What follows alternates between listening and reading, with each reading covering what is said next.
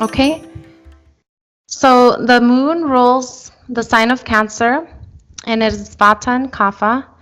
Vata is air, and Kapha is water. And the moon is a female planet. Now, the reason the planets have gender qualities is because you can judge in a horoscope if what gender your child is going to be. So if you're going to have a girl or if you're going to have a boy. Now, it gets very hard to analyze that, and it's something that requires years of experience with Jyotish, because you don't just look at the fifth house, you look at the divisional charts, you look at the fifth from the moon, the fifth from the sun, the fifth from the ascendant. So it gets very technical, but you can get an idea depending on what planets are influencing the houses. Okay, so the same goes with work. Like if you have a lot of female planets in your 10th house of career, then you'll be working with females for the most part. Like, for example, like beauty surgeons, people who do facials or anything in the beauty industry. If you have a female planet, especially Venus in the 10th house, you'll be working with females a lot. So that's one of the reasons it's good to know the natural gender of the planet. And then also, if there's a specific gender is strong in your chart, like let's say you have a lot of male planets on your ascendant, then even if you're a female, you'll tend to display a lot of the male dominant, aggressive, powerful qualities of the male planets. And if you have a lot of female planets on your ascendant or with your ascendant lord, then you'll display more the feminine qualities. So you look at the ascendant to see what qualities the person will display in terms of gender-wise. And gender isn't necessarily physically what gender you are, but it's more the symbolic aspect of the gender, the negative and positive, not in terms of good and bad, but in terms of passive or aggressive, in terms of, like yin and yang in that aspect. Yin is the moon is yin, and the sun is yang. Yang is the powerful, active aspect of life, yang, and yin is the introverted, passive, quiet time. Yang is the day where you're active and you do work, and yin is the night where you're sleeping and you're meditating and you're focusing on inner work. So that's the sun and the moon. And we went over this in great detail on class number 2, between yin and yang and the sun and the moon. The moon is volatile, and it changes a lot. So the person can be fickle. The moon goes through a different nakshatra every day, and it goes through a different sign every 2.5 days. And whereas the sun takes 30 days to be in the same sign, the moon takes 2.5 days only, so it goes very fast. So the moon also represents travelers, and it represents hotels for that reason as well. And traveling to watery places, traveling to the ocean, or going on a trip to a watery place, etc. The moon represents the day of the week, Monday, the northwest. Salty flavors because of the seawater. Seawater is salty. The color white, silver colors, sense of taste. Bronze, silver, and pearl. So if you want to propitiate the moon, this is a question that Lindsay asked about, how do we make the 5th house strong, or how do we make any house or any planet strong? If you want to strengthen the 5th house, then you wear the gem having to do with whatever planet rules your 5th house. If the moon rules that house, then you wear pearl. Or if you want to strengthen the moon in general, if you have But you don't want to do gems because the gem can also make things worse. So that's why I'll give a class for that specifically. So it rules watery places, public places, hotels, hospitals, and ships. So the moon is a public graha. It's a public. It has to do with public. A person, for example, who has the moon in the 10th house, they will always be in the public eye. If a person has a full moon in a chart, and the way you can tell if a person was born during a full moon is the sun and the moon will be opposite each other in the chart. And that indicates that the person was born during a full moon.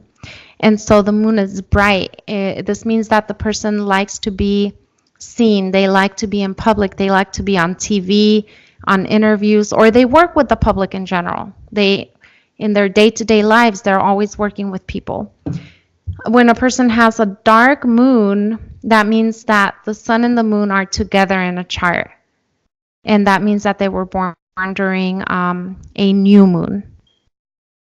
So it'll be different for them. They won't necessarily want to be in the public eye. They would rather just stay, they don't want to be in the limelight. They'd just rather just live their life quietly and in a reserved manner. Now, the moon, when it is strong, then it is not as volatile in terms of temperament. So I'll go to the next slide here. So the moon represents the mind and consciousness. It represents perception, feelings. And this has to do more with the subconscious feelings, the feelings that come up naturally before you even analyze them. And this is what the moon represents. Whereas, for example, Mercury represents the mind and the intellect, but Mercury represents the intellect in terms of analyzing and discriminating and putting things in their own compartment and organizing things. So Mercury tends to be more active with the mind. It tends to work with the mind and put it to work. Whereas the moon is more intuitive. It tends to perceive the world without analyzing it, without judging it. That's Mercury's task. Mercury's task is to judge things, to categorize them, to put them into good and bad, to analyze them. But the moon just feels. It just takes information in, and it is impacted by that. And so the moon represents childhood in a person's life. So the disposition of the moon, if it's weak or if it's strong, it'll indicate if the person had a difficult childhood, or if they had a strong, a beneficial, auspicious childhood.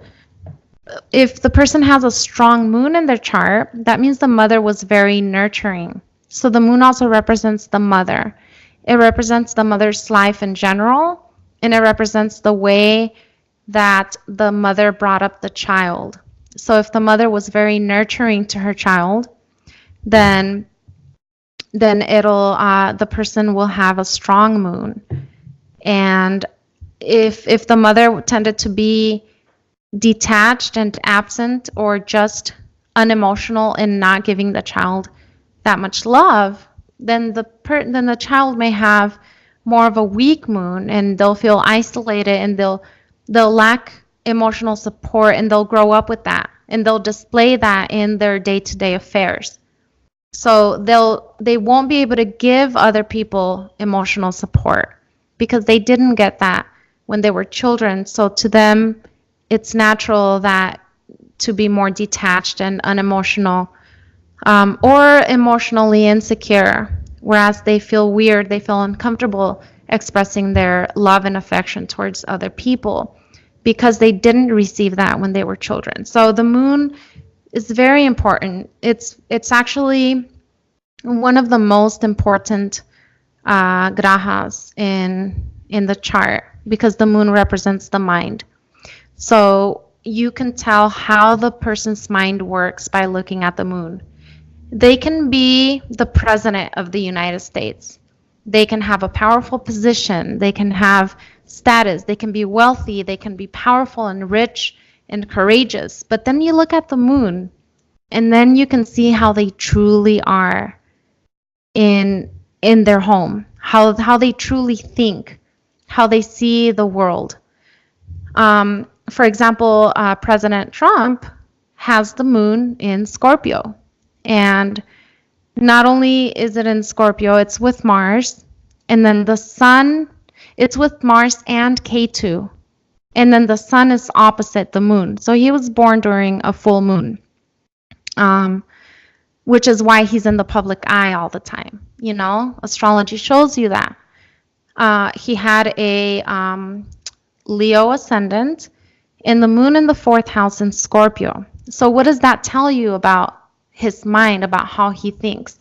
Well, he has K2 with the moon. He feels detached from his emotions because K2 is the planet of detachment. He has moon in Scorpio. And we'll get to Scorpio very soon, but Scorpio people tend to be suspicious of other people. They tend to not trust other people because they themselves, you know, Scorpio is the natural 8th sign, which has to do with the 8th house. So they have, you know, they tend to have darker thoughts that are beneath the surface. They tend to have deep, dark, you know, thoughts. It's good for a researcher. And so President Trump has Mars also, which Mars is very aggressive and fiery and in your face, you know. So the moon of President Trump is actually weakened. It's weak. It means that, you know, the reason he is the way he is because he doesn't trust people, because the moon is in Scorpio with K2 and with Mars and opposite the sun. So he has, you know, when you have K2 and Mars together, and then they both influence the moon in Scorpio, this guy is suspicious of people. There's boundary issues. You know, that's why he's all about boundaries and don't come into my turf. You know, this is my turf. You know, stay away. That's how his mind works. So you can actually get a very good idea of how the person is, truly how they are, not how they show themselves in public, but how their inner reality and emotions truly work by looking at the moon in a person's chart. So it's very, very important. The moon also naturally signifies the family, everything that has to do with nurturing. So mother, children as well, the family, the home life. The 4th house, which the moon rules Cancer. The moon rules Cancer, which is the natural 4th house. And the 4th house also has to do with these qualities of the moon: mother, happiness, friends, supporters, nurturing, how you nurture others, if you received nurturing and if you give nurturing to others as well. When the moon is weak, then the person tends to be changeable, which the moon is changeable as it is, but it'll make the person unstable. When there's no grounding for the moon, then it'll make the person unstable, insecure, and changeable, volatile, etc.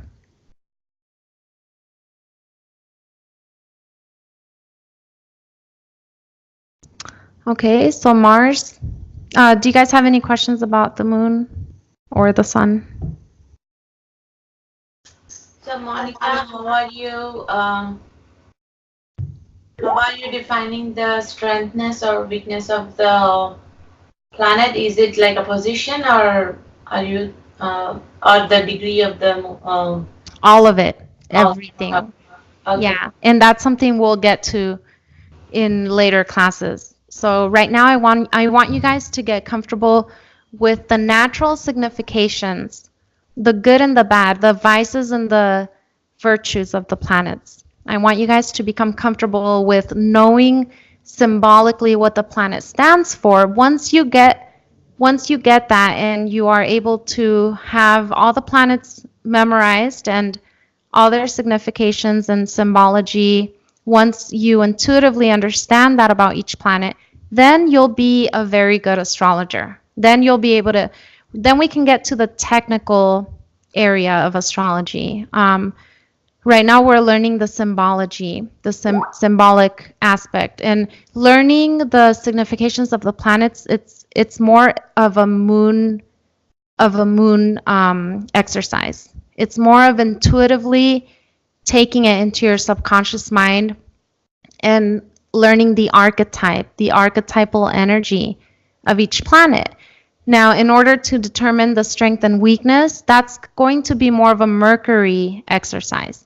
And we'll get to that in later classes. And that will be more about you guys categorizing and analyzing and putting things into their proper compartment. And, you know, seeing what's strong, what's weak. That'll be a Mercury thing. So right now, we're just going to learn the archetypes, and we will definitely get to the analyzing in later classes, and I'll have you guys do exercises as well, and I'll use charts, etc. Now, Cindy asked if the moon is weak in the chart, or no, sorry, Lindsay asked, what do you mean when the moon is weak?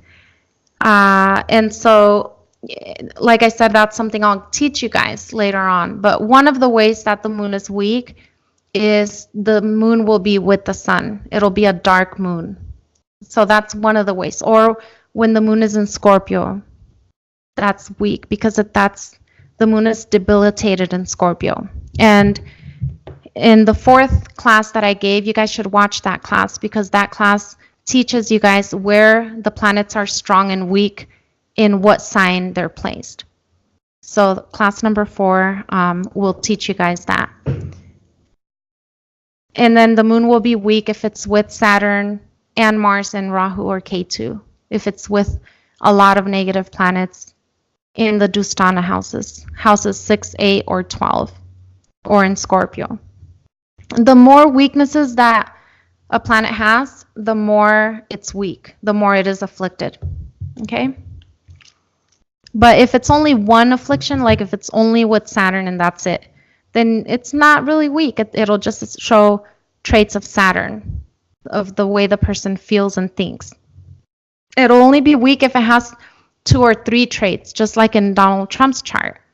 It's weak because it's in Scorpio, and it's with K2, and it's with Mars, and it's aspected by a cruel planet, the sun. Okay? It makes it strong too because it's opposite the sun. And it's with Mars, which takes away some of the debilitation. But he knows how to hide his feelings very well. Okay?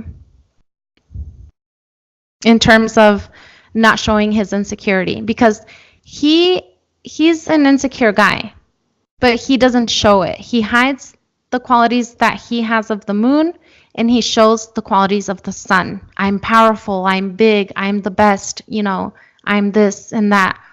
I'm the king. And then he hides the lunar qualities that he has, which is actually insecurity, not trusting, you know, not being able to love and give affection, etc. Okay?